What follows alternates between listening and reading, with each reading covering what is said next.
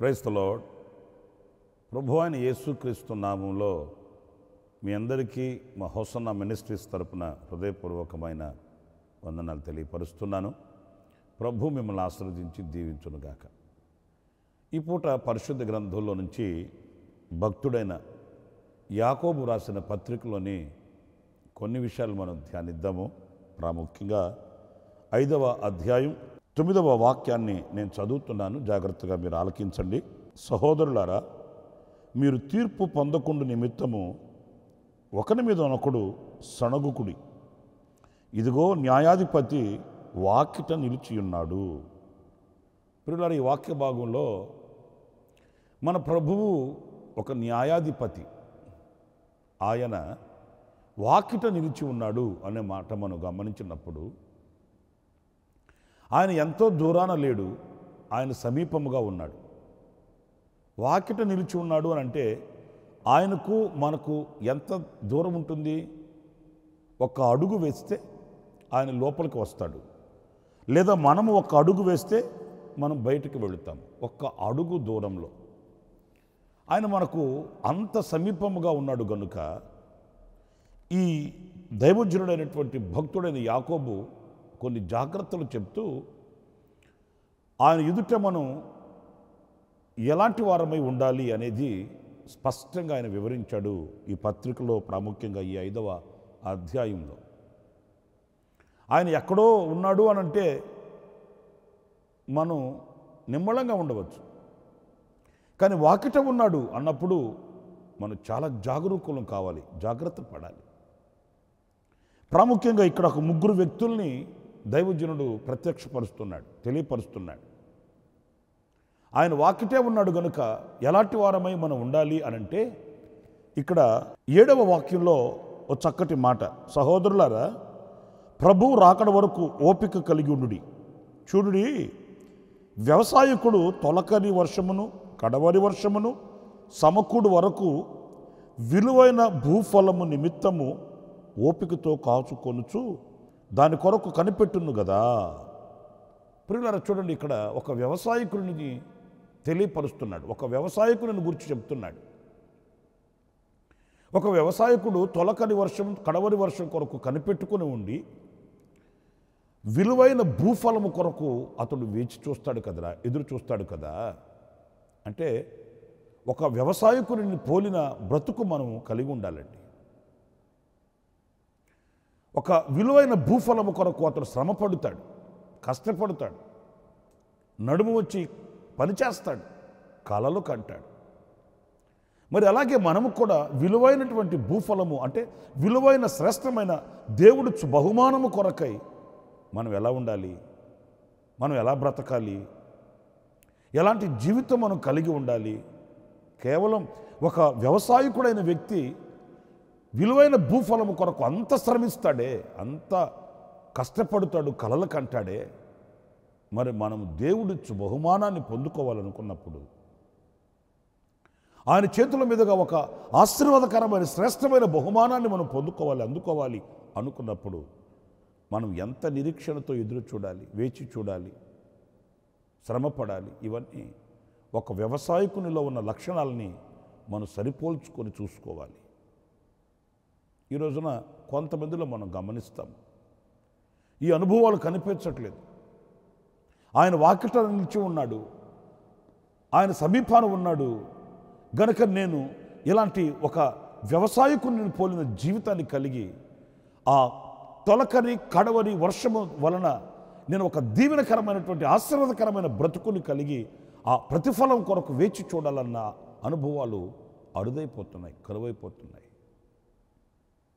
నా ప్రియమైన సహోదరులారా, ఈ రోజున కాస్త ఇబ్బంది కలిగినప్పుడు, శ్రమ కలిగినప్పుడు, ఆ శ్రమలో మనం తగము అన్నట్లుగా మనం ప్రవర్తిస్తుంటాము. కష్టపడడానికి ఇష్టపడము, ఇబ్బందుల్లో నిలవడానికి మనస్కరించము. మనకు విశాలత కావాలి, మనకు ఘనతలు కావాలి, మనకు ఉన్నతమైన స్థానాలు కావాలి. మనం ఘనమైనటువంటి బ్రతుకులో అనేకులకు మనం ఘనతాస్పదంగా కనబడాలి. ఇదే కోరుకుంటాం. కానీ ఈ ఘనతాస్పదమైనటువంటి అనుభవాలకి పునాది ఏంటి? మనం ఒక శ్రమపడిన అనుభవాలలో, మనము కనిపెట్టే అనుభవాలలో, కాచుకున్న అనుభవాలలో, మనం ప్రభు యొక్క ఆగమనమును కొరకై మనం వేచి చూడాలన్న కాంక్ష ఉండట్లేదు. అన్నీ త్వరితగతులు జరిగిపోవాలి.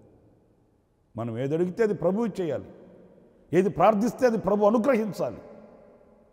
ప్రార్థన చేయించుకోవడానికన్నీ వరుసగా నిల్చొని ఉన్నారంట. అంతలో జనం ఎక్కువగా ఉన్నందువలన ఆ ముందు లైన్లో ఉన్న వాళ్ళకి ప్రార్థన చేసి పంపించేస్తే ఆ తర్వాత వెనకున్న వాళ్ళు ప్రార్థన చేయించుకుంటారు కదా అని యేసన్న గారు ఆ ముందున్న వాళ్ళకి ముందు ప్రార్థన చేస్తూ ఉంటే ఆ వెనక నిల్చున్న ఒక ఆమెని ఆ ప్రక్కనే నిల్చున్న ఆయన చెంప మీద పాళ్ళని కొట్టాడంటండి. వెంటనే యేసన్న గారు ఆమెని, ఎవరమ్మా ఆయన అంటే ఆమె బోరు నడుస్తూ మా ఆయనేనండి అనిందంట. మరేంటి కొడుతున్నాడు ఏంటి అట్లా అంటే, ఆయనకి త్వరగా మీరు ప్రార్థన చేయలేదని వెళ్ళిపోదాం పద అంటున్నాడండి. నేనేమో ఇంతసేపు ఉన్నాం కదా, ఇంతమంది ఉన్నారు, పాపం ఆయనైనా ఏం చేస్తాడు, ఆ ముందున్న వాళ్ళకి ప్రార్థన చేసిన తర్వాత మనకు చేస్తాడు కదా అన్నానండి. దానికి కొడుతున్నాడండి. చూసారండి, వచ్చింది ప్రార్థన చేయించుకోవడానికి, వచ్చింది దేవుడు నన్ను ఆశీర్వదించాలి, ఆ ఆశీర్వాదాలు పొందుకోవడానికి దైవ సేవకుడు ప్రార్థన చేయాలని. మరి వచ్చిన దానికి వాళ్ళు చేసే పనికి సంబంధం ఉందండి? ప్రార్థన చేయడం కాస్త ఆలస్యమైందంట, దానికి కోప్పడిపోతున్నాడు. ఆమె ఏడుస్తూ చెప్తుందట, మీరు త్వరగా ప్రార్థన చేయట్లేదని వెళ్ళిపోదాం అంటున్నాడండి. చూడండి, దేవుని ఆశీర్వాదాలకి ఓపిక కావాలి, కనిపెట్టాలి. మరి అబ్రహాము ఎన్ని సంవత్సరాలు కనిపెట్టాడు? పిలిచిన వెంటనే అనుగ్రహించేసి ఆశీర్వదించేసి ఆయన పేరు గొప్ప చేసేసి ఆకాశ నక్షత్రాల వల్ల ఆశీర్వదించి ఇక నా బాధ్యత అయిపోయింది అన్నాడా? ఈరోజు ఎక్కడ కనిపెడుతున్నామండి? మన మనసులో ఒక ఆలోచన రాగానే ఇక మనకు నిద్ర పట్టదు, ఆ పని అయిపోవాలి. ఇది దేవుని చిత్తమా కాదా, దేవుని ఆలోచన కాదా, మన ప్రభు సన్నిధిలో ప్రార్థన చేయాలి, ఆయన సంకల్పాన్ని తెలుసుకోవాలి. ఇలాంటి ఓర్పు ఉండట్లేదండి. మనసులో ఒక ఆలోచన వచ్చింది, అది జరగాలి, నెరవేరిపోవాలి. ప్రార్థించాము, ప్రభు అనుగ్రహించేయాలి. ప్రభుని అడిగాం కనుక వెంటనే ప్రభు దిగి రావాలి, ఇలా అనుకుంటుంటాము. చాలా పొరపాటు. ఇక్కడ పరిశుద్ధులైనటువంటి యాకోబు చక్కని మాట చెబుతున్నాడు, మీరు వ్యవసాయకుని వలె ఉండాలి, కనిపెట్టి చూడాలి, ఆయన పాద సన్నిధిలో వేచి చూడండి. విలువైన భూఫలము కొరకు ఒక వ్యవసాయకుడు కనిపెట్టుకుని ఉన్నప్పుడు శ్రేష్టమైన బహుమానం కొరకు మనం కనిపెట్టుకుని ఉండలేకపోవడం ఏంటి? ఇది మనం నేర్చుకునవలసిన పాఠం. ఇక రెండవ విషయాన్ని ఇదే 5వ అధ్యాయంలో మనం గమనించినప్పుడు ఇక్కడ రెండవదిగా యోబును గూర్చి చెప్తున్నాడు. 11వ వాక్యాన్ని నేను చదువుతున్నానండి. సహించిన వారిని ధన్యులను కొనుచున్నాము కదా, మీరు యోబు యొక్క సహనమును గూర్చి వింటిరి. ఆయన ఎంతో జాలియు కనికరమును గలవాడని మీరు తెలుసుకొని ఉన్నారు. యోబు యొక్క సహనమును, ఆ సహించే మనసుని, ప్రియమైన దేవుని బిడ్డలారా, సహనమును గూర్చి యోబు ఎందుకు జ్ఞాపకం వచ్చాడు అంటే, సహించిన అనుభవాలలో యోబు ఎంతో ఉన్నతమైన స్థానం కలిగిన వాడండి. మనం కూడా సహిస్తాం, కానీ కొంతవరకే. ఆ తర్వాత మనం ఏమంటామంటే, నేను సహించలేను బాబోయ్, నేను సహించలేను, నా వల్ల కాదు, ఇక అటో ఇటు తేలిపోవాలి, ఇక దేవుడో జీవుడో తేలిపోవాలి, అంతేగాని నాకు అంత ఓపిక లేదు, నేను అంత సహించలేను, అంత నాకు ఓర్పు కూడా లేదు, ఇలాంటి మాటలు అంటూ ఉంటాను.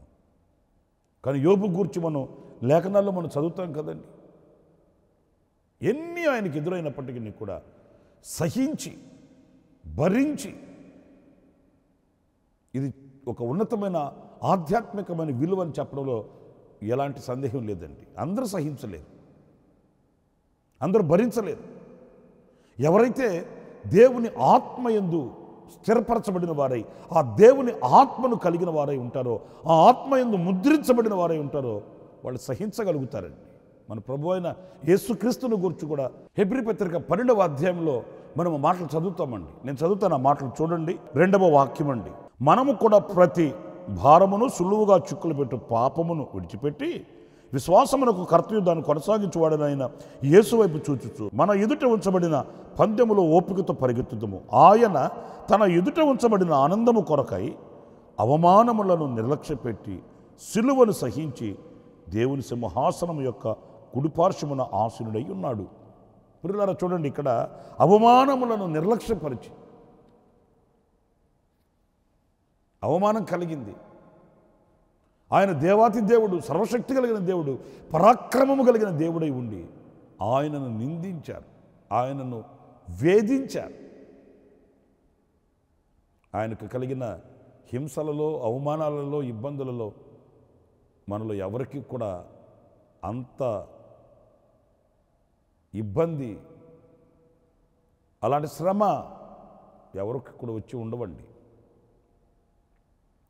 కానీ ఎదుట ఉన్న ఆనందము కొరకై ఆయన అవమానములను నిర్లక్ష్య పెట్టాడంట, లెక్క చేయలేదు ఆయన. ఎందుకంటే నేను సహించాలి, సహించినప్పుడే నాకు ప్రతిఫలం కలుగుతుంది,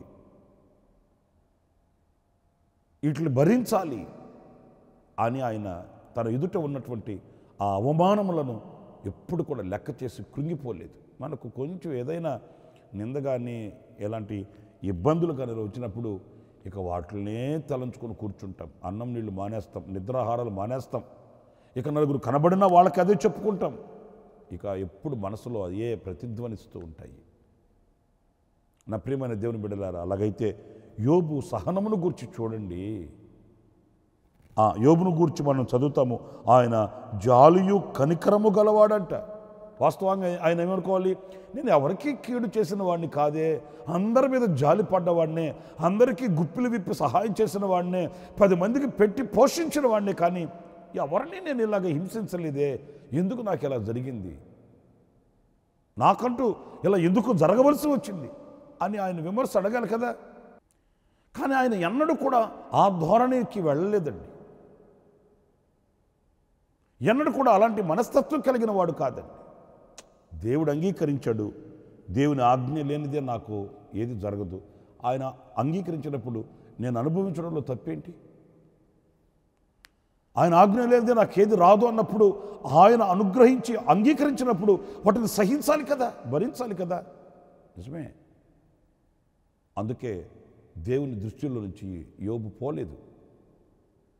దేవుని దృష్టిలో యోబు ఒక ఉన్నతమైన స్థానాన్ని సంపాదించుకున్నాడు, ఘనుడుగా ఎంచబడ్డాడు, 2 దీవెనకు పాత్రుడయ్యాడు. మరి మన పరిస్థితి ఎలా ఉంది? సహించగలుగుతున్నామా? మన ఎదుట ఏదైనా ఆపద వచ్చినప్పుడు, ఇబ్బందులు కలిగినప్పుడు వాటిని భరించగలిగి మన ప్రభువును స్తుతించగలుగుతున్నామా? మన ప్రశ్న వేసుకోవాలి.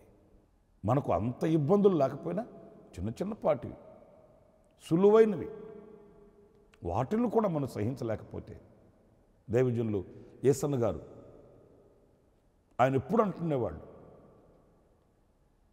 సహించి భరించే కృపను మనం వేడుకోవాలి, కానీ మన ఎదుట ఉన్న పోరాటాలు తీసివేయమని ఎప్పుడు మనం కోరకూడదు, ప్రార్థించకూడదు అని చెప్తుండేవాళ్ళు.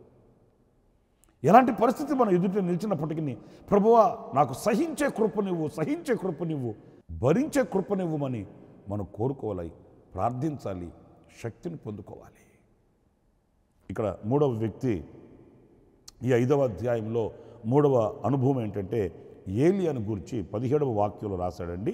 ఏలియా మన వంటి స్వభావం గల మనుషుడే, వర్షింపకున్నట్లు అతడు ఆసక్తితో ప్రార్థన చేయగా 3.5 సంవత్సరముల వరకు భూమి మీద వర్షింపలేదు. అతడు మరలా ప్రార్థన చేయగా ఆకాశము వర్షమిచ్చెను, భూమి తన ఫలమునిచ్చెను. పిల్లలు చూడండి, ఇక్కడ ఏలియాను ఎందుకొని ఆయన తెలియపరుస్తున్నాడు అని అంటే, వివరిస్తున్నాడు ఆయన గురించి అంటే ఆయన మన వంటి స్వభావం కలిగిన వాడే అయినప్పటికీ ఆసక్తి కలిగి ప్రార్థన చేసిన వాడంట.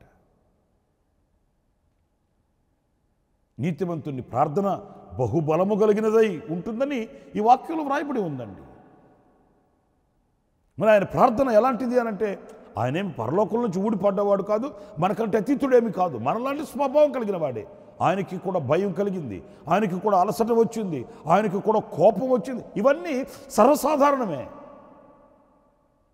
కానీ ఆయనలో మనం నేర్చుకునవలసింది ఆసక్తి కలిగి ప్రార్థన చేశాడు. ఆసక్తి కలిగి ప్రార్థన చేశాడు. అలాంటి ప్రార్థన అనుభవం, శాసించగలిగినటువంటి శక్తిని పొందుకునే ప్రార్థన అనుభవం. ఏదో నామకావాస్తికి ప్రార్థన చేయడం కాదు.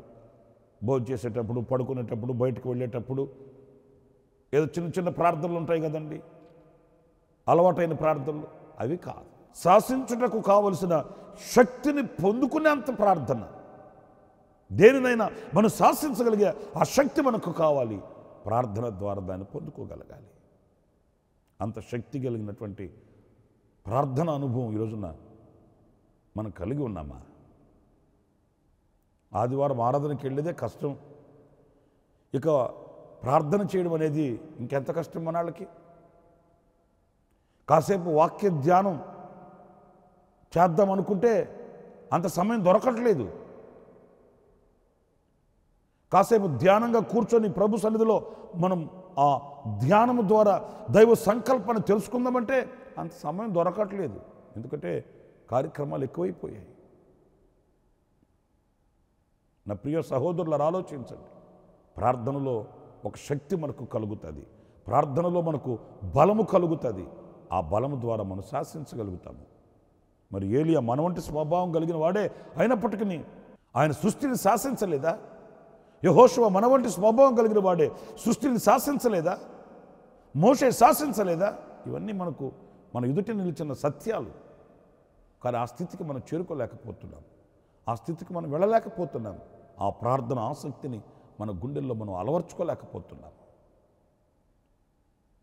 ముగ్గురు వ్యక్తుల్ని ఈ వాక్యంలో మనం ధ్యానిస్తూ వచ్చాము. వ్యవసాయకుడు, యోబు, ఏలియా. వారి వలె వారి అనుభవాలలో మనం పాలిభాగస్థులమై మనం సిద్ధపడాలి. ఎందుకంటే ఆయన వాకిటి దగ్గరే ఉన్నాడు. మనకు ఆయనకి ఎంతో దూరం లేదు గనుక సిద్ధపడాలి. ఇలాంటి అనుభవాలు అలవర్చుకోవాలి. అలాంటి కృప దేవుడు మనందరికీ అనుగ్రహించునుగాక. తలలోంచండి, చిన్న ప్రార్థన. జీవాధిపతి అయిన ప్రభువా మీకు వందనాలు నాయనా. మా పితరుడు యాకోబు రాసిన మాటల్ని మేము ధ్యానించుకుంటూ వచ్చాము స్వామి. మీరు వాకిటి దగ్గర నిలిచి ఉన్నారు. మిమ్మల్ని మేము ఎలా ఎదుర్కోవాలి, ఎదుర్కొనుటకు ఎలా మేము సిద్ధపడాలి? ముగ్గురు వ్యక్తులు మా ఎదుటి పెట్టారు. వ్యవసాయకుని వలె, యోబు వలె నాయన, వ్యవసాయకుని వలె కాచుకొని ఉండే అనుభవం, యోబు వలె సహించే అనుభవం, ఏలియా వలె ప్రార్థన అనుభవం మేము కలిగి ఉండడానికి సహాయం చేయండి. మాకు మంచి వివేకమును, ఆలోచనిచ్చి, స్థైర్యమును, ధైర్యమునిచ్చి నడిపించి, కరుణా కటాక్షములతో, కృపాక్షేమాలతో నడిపించమని మమ్మల్ని మీకు అప్పగించుకుంటూ యేసు నామములో ప్రార్థించి వేడుకొనుచున్నాను తండ్రి. ఆమేన్. ఆమేన్. ప్రభు మిమ్మల్ని ఆశీర్వదించి దీవించి ఘనపరచునుగాక. ఈ దినమంత విశేషమైన కృప నా దేవుడు మీకు సమృద్ధిగా అనుగ్రహించుగాక. ఆమేన్. ప్రతి దినము ఈ అనుదిన కృపాది సందేశాల కొరకు, ఇంకా మరిన్ని ఆత్మ సంబంధమైన సందేశాల కొరకు ఈ మా యూట్యూబ్ ఛానల్ ని సబ్స్క్రైబ్ చేసుకోండి. Pastor Ramesh, Kosanna ministries.